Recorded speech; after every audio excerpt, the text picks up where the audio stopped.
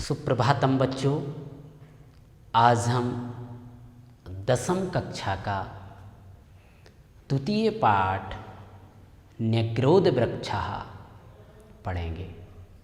बच्चों, सर्वप्रथमम तो हम सबसे पहले तो हम न्यग्रोध वृक्षः का अर्थ होता है बरगद का पेड़। तो प्रकृति एव पर्यावरणम अस्ति, प्रकृति ही पर्यावरण है। तस्याः असंतुलनमेव पर्यावरणस्य विनाश कारण, इसका जब असंतुलन होता है वही एक विनाश का सबसे प्रमुख कारण होता है। पर्यावरण शब्द परि प्लस आवरणम पर्यावरणम, जो चारों तरफ से ढका हुआ हो उसी को हम पर्यावरण कहते हैं। इत्यनयोः पदयोः मिलित्वा सम्मेलनेन निष्पन्नः भवति पर्यावरणम। परि धन आवरण, इन दोनों शब्दों को मिलकर पर्यावरण शब्द बना। अस्यार्थः, इसका अर्थ है अस्मान परितः स्थितम, हमारे चारों ओर, आवरणम एवं पर्यावरणम, पर्यावरण रक्षणेन, पर्यावरण के रक्षण से अस्मान उत्पन्ना या समस्या, हम पर्यावरण का संरक्षण नहीं करते उससे उत्पन्न ही जो समस्या है वह है ओजोन परत। इत्यस्य क्षरणम एका प्रमुखा समस्या, पर्यावरण का हमने संरक्षण नहीं किया, संवर्धन नहीं किया, उसी का एक मुख्य कारण है ओजोन परत। अस्याः प्रमुखम कारणम, और इसका प्रमुख कारण है वनाना नाम व्यापक रूपेण नाशा, वनों का हमने बहुत बड़े रूप में नाश किया है। संस्कृत साहित्य तो प्राचीन कालाद एव, संस्कृत साहित्य में तो प्राचीन काल से ही पर्यावरण संरक्षण प्रति जागरूकता दृश्यते, पर्यावरण संरक्षण के प्रति जागरूकता बताई गई है। अत्र एतम विषयम, इसी विषय को लेकर अवलंब्य लेकर ऐसा कथा प्रस्तुता, यह कथा यहाँ पर बताई गई है। कस्मिंश्चित् ग्रामे एकाः प्राचीनाः विशालाः च न्यग्रोधवृक्षाः आसीत्। किसी गांव में कोई एक विशाल न्यग्रोध वृक्ष था। कोई गांव में बहुत बड़ा बरगद का पेड़ था। सह पशु पक्षिभ्यः बहुविधेभ्यः, वह वृक्ष पशुओं के लिए, पक्षियों के लिए, बहुविधेभ्यः जीव जंतुभ्यः, और जीव जंतुओं के लिए, मनुष्येभ्यः, और मनुष्य के लिए अपि नित्यम बहु उपकारकाः आसीत्, सभी के लिए बहुत ही उपकारक था। पथिकाः तस्य वृक्षस्य, राहगीर उस वृक्ष के छायायाम पाथेयम, उस वृक्ष की छाया में बैठकर, जो घर से भोजन लेकर चलते हैं उस वृक्ष के नीचे बैठकर उस भोजन को करते थे। भक्षयित्वा मार्गायासम परिहरन्ति स्म, भोजन करके फिर आगे बढ़ जाते थे।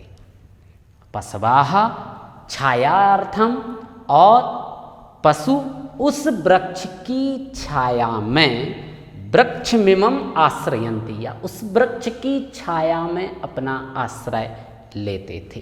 पक्षिणाः तस्य शाखासु नीडानि विरच्य, और पक्षी उस वृक्ष की शाखा में रहते थे। नीडानी, घोंसला बनाकर रहते थे।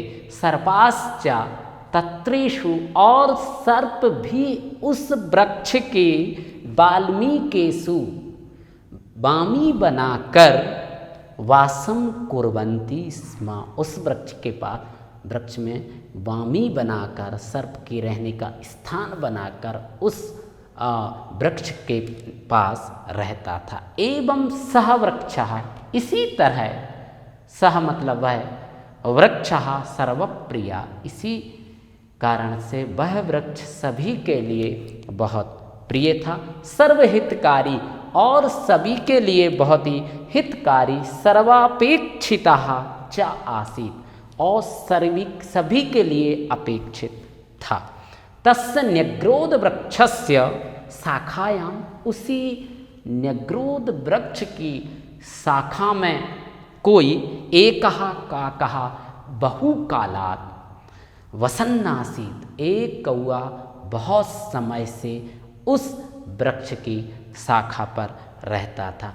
कस्मिंश्चित् दिने, किसी दिन, सह वायसः, वायसः मतलब कौआ, वह काकः, किसी दिन वह वायसा किमपि स्मरन् इतः तथा, कुछ विचार करके, यहाँ वहाँ देखकर, अत्र तत्र देखकर, यहाँ वहाँ देखकर, एवं उच्चई, और जोर से बोलने लगा, अरटत बोलने लगा, हे बांधव, श्रूयताम में बचा, अरे मित्रों मेरी वाणी को सुनो, मेरे वचनों को सुनो। अहम अस्मिन् वृक्षे चिरात् वसामि, मैं इस वृक्ष पर बहुत समय से रहता हूँ। अतः अस्योपरि ममैव अधिकारा, इसलिए इस वृक्ष पर मेरा ही अधिकार है, क्योंकि मैं बहुत समय से इस वृक्ष पर रह रहा हूँ, इसीलिए इस पर मेरा ही अधिकार है। वर्तते अयम मदीयः वृक्षः, इसीलिए यह वृक्ष मेरा है। इति काकस्य ध्वनि, जैसे ही उसने कहा उसी क्षण कौए की ध्वनि चारों ओर गुंजायमान हुई, गूंजने लगी। अंतरिक्षम अस्पर्शत, उसकी वाणी अंतरिक्ष में गूंजने लगी। काकस्य रटनम श्रुत्वा, कौए की यह बात सुनकर, वृक्षस्य समीपे चरन्ताः, वृक्ष के पास चलने वाले, रहने वाले, वृक्षस्य छाग्रे, और वृक्ष के आगे, डयमानाः वृक्षस्य कोटरेषु, वृक्ष के कोटर में रहने वाले, निवसन्ताः च सर्वे प्राणिनाः पशवः पक्षिणाः सर्पाश्च समायाता, उस वृक्ष में रहने वाले, वृक्ष के पास रहने वाले, उस मार्ग से जाने वाले सभी लोगों ने जब इस वाणी को सुना तो वो सब लोग एकत्रित होकर वहाँ आए।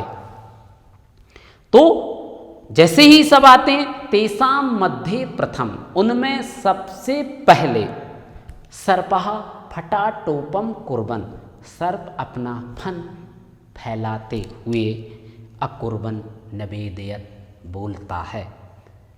पितृपितामहानाम कालाद अपि, मैं अपने दादा के समय से इस वृक्ष पर कालाद अपि अहम अत्रैव निवसामि, उनके समय से ही मैं इस वृक्ष पर रह रहा हूँ।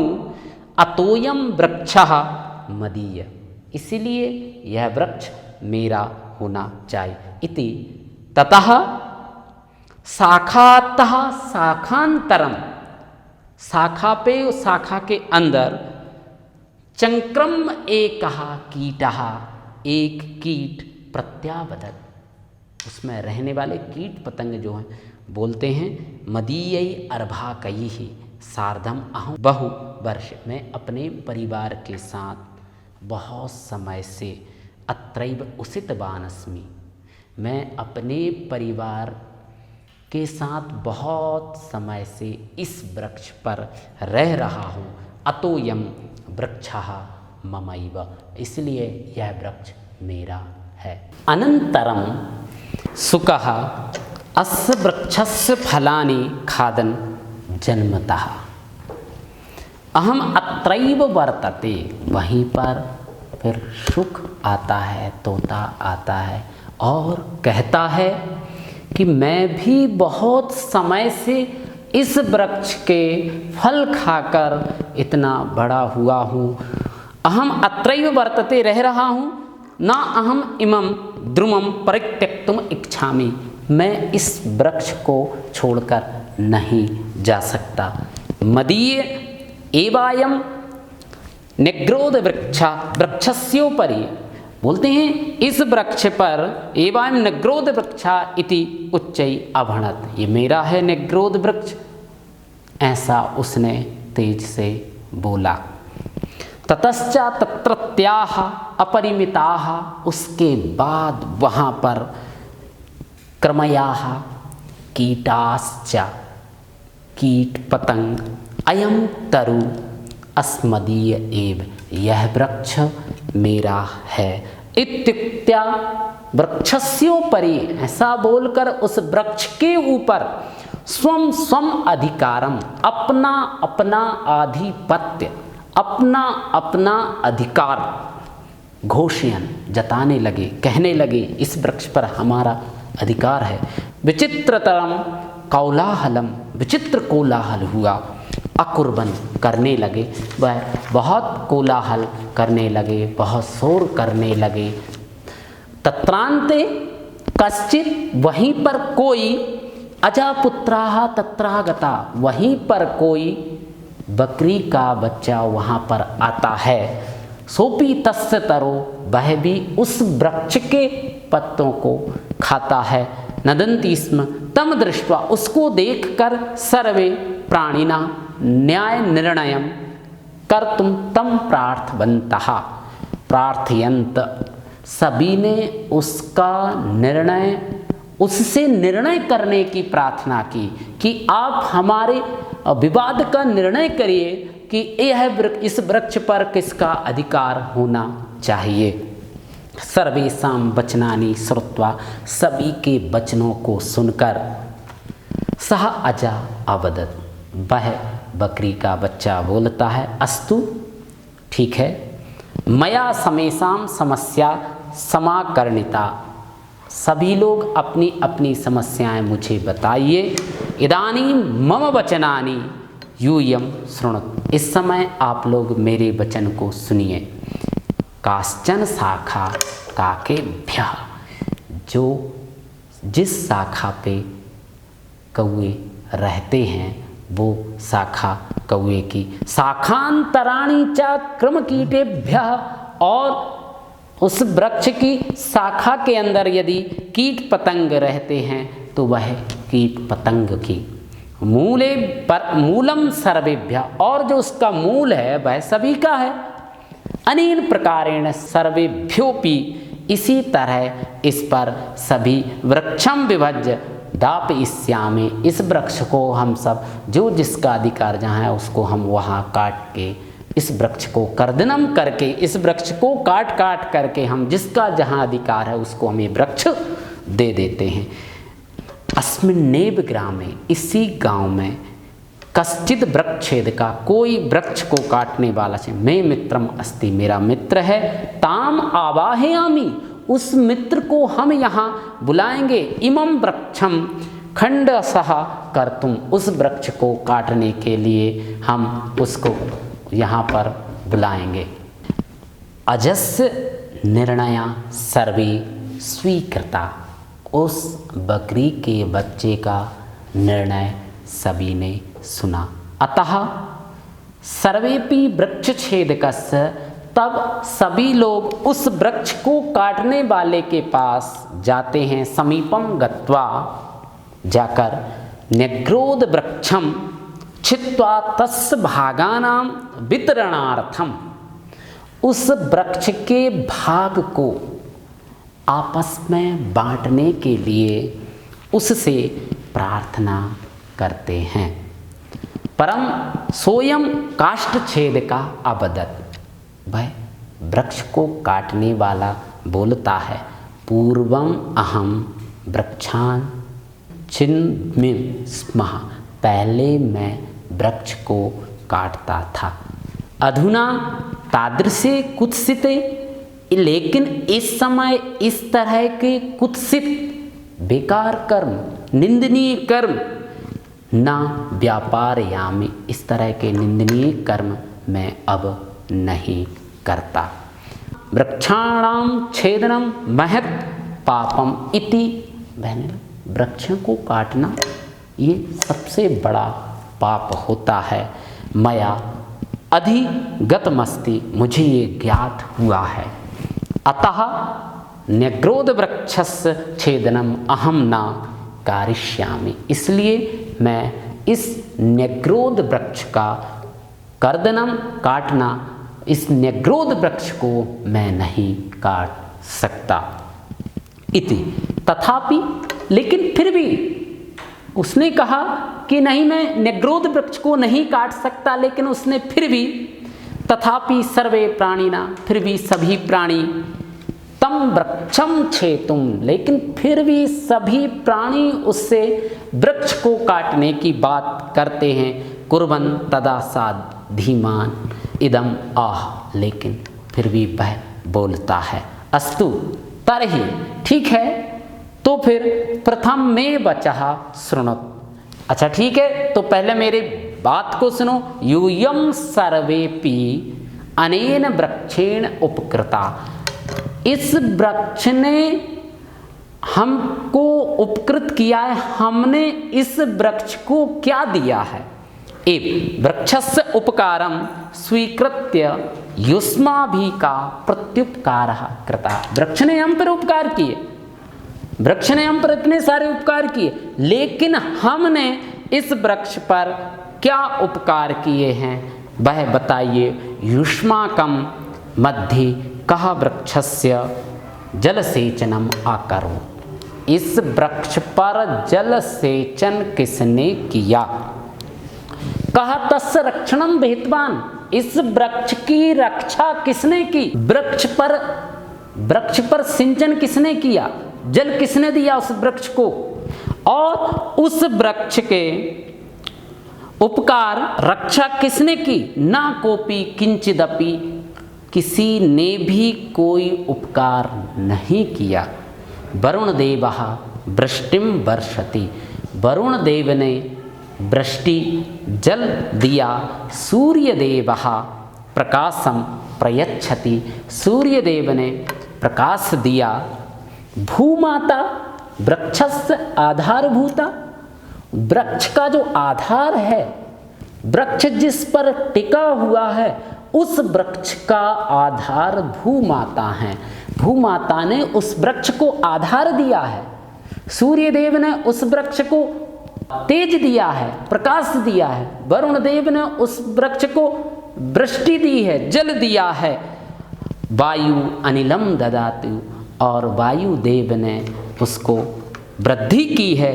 ते सर्वे वृक्षम, इन सबने वृक्षों को पाला है, पोषा है, रक्षण किया है। तेना कदापि मम अधिकारः वर्तते, इस तरह से उन्होंने कभी भी अपना स्वामित्व या अपना अधिकार नहीं बताया, जिस तरह से आप अपना स्वामित्व या अपना अधिकार बता रहे हैं। ते सर्वे परोपकारिणः, वह सब परापकारिणः, परम यूयम सर्वे, लेकिन हम सब परापकारिणः, वो सब परोपकारी हैं, लेकिन हम, बल्कि वृक्ष ने ही हम पर उपकार किए हैं। वृक्षस्य सहायम स्वीकृत तमेव नाशितुम, जिसने हमें आश्रय दिया हम उसी के नाश के बारे में सोच रहे हैं, उसी के विनाश के बारे में सोच रहे हैं। जिसने हमें आश्रय दिया, नाशयितुम कृत संकल्पा, और हमने संकल्प ले लिया कि हम जिस पर रहते हैं हम उसी को ही काटने की प्रयत्न कर रहे हैं। यूयम आश्रय में नाश्य, हमने अपना आश्रय ही मिटाना चाहते हैं। अस्मिन् वृक्षे छिन्ने सति यूयम कुत्र गमिष्यथ, इस वृक्ष को यदि हम काट देंगे, इस वृक्ष को यदि हम नष्ट कर देंगे, तो तुम सब लोग किस जगह जाओगे, इस तरह से वृक्ष छेदकः ने उनको बताया। तब सर्वमिदं श्रुत्वा, सभी लोगों ने इस बात को सुनकर, पशु पक्षिणः आम, पशु पक्षी कहते हैं हाँ सत्य है, सत्यम वयम स्वकर्तव्यम विस्मृत्य, हम अपने कर्तव्य को भूलकर, हम अपने कर्तव्य को छोड़कर, विस्मृत अधिकारार्थम, भूलकर, अपने अधिकार के लिए, कोलाहलम कुर्मः, अपने अधिकार के लिए आपस में कोलाहल करने लगे। वृक्षः प्रकृति दत्तः वरः, वृक्ष हमें जीवन देने वाले हैं। अस्ति न कस्यापि एकस्य संपत्ति, यह कभी किसी एक की संपत्ति नहीं हो सकते। वृक्ष कभी किसी एक, कोई अपना अधिकार वृक्षों पर नहीं जता सकता। वृक्ष किसी एक की संपत्ति नहीं है। अस्माभि सर्वैः मिलित्वा, हम सभी को मिलकर वृक्षस्य संरक्षण, संवर्धनम, समारोपणम च कर्तव्यम, हमें वृक्ष का संरक्षण करना चाहिए, संवर्धन करना चाहिए, समारोपण करना चाहिए। हमें निश्चित ही वृक्षों का रोपण भी करना चाहिए। ना तो विनाशः कार्यः, ना कि हमें वृक्षों का विनाश करना चाहिए। इति दृढ़ निश्चयम, ऐसा हमें दृढ़ निश्चय अकुर्वन् करना चाहिए। अस्माभिः मानवै, हम सब मनुष्य को अपि वृक्ष संपत्ति वर्धनीया ननु, हमें वृक्ष संपत्ति बढ़ाना चाहिए। वस्तुतः न्यग्रोध वृक्षस्य मूल प्रकृति का संरक्षण करना, प्रकृति का संवर्धन करना और वृक्षों का समारोपण करने के ही अर्थ में इस पाठ को हमारे पाठ्यक्रम में समाहित किया गया है। बच्चों, इस वृक्ष को पढ़ने से हमें यह शिक्षा मिलती है कि वृक्ष हमारे जीवन में बहुत ही उपयोगी हैं। बिना वृक्ष के हमें जीवन, क्योंकि वृक्ष हमें सहायक है, हमारे जीवन के सहायक हैं, तो वृक्ष का हमें समारोपण करना चाहिए, संवर्धन करना चाहिए। अब हम शब्दार्थ आपको काठिन्य निवारण, न्यग्रोध वृक्षः इत्यस्य अर्थः बरगद का पेड़, बहु उपकारकः, बहुत अधिक उपकार करने वाला, बहुविधेभ्यः अनेक प्रकार के, बहु उपकारकः, बहुविधेभ्यः अनेक प्रकार से, पथिकः राहगीर, पाथेयम रास्ते का भोजन, मार्गायासम रास्ते की थकान। ये जो काठिन्य शब्द हैं उन कठिन शब्दों के अर्थ हैं जो बहुत ही महत्वपूर्ण हैं। वायसः कौआ, न्यवदत् बोला, चंक्रम्य घूमकर। अस्तु, धन्यवादः।